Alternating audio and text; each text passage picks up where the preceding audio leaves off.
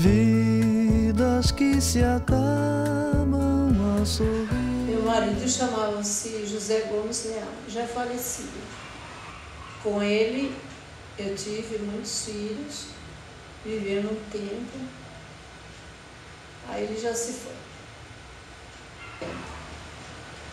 Vejam só que tolice nós dois brigarmos tanto assim, se depois vamos dois a sorrir, trocar de bem no fim. Para que maltratarmos o amor? O amor não se maltrata, não.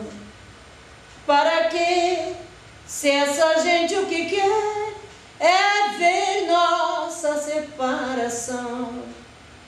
Briga eu, você briga também, por coisas tão banais.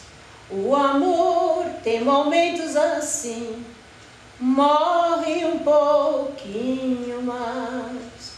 E ao morrer, então é que se vê que quem morreu foi eu e foi você. Foi sem amor e estamos só.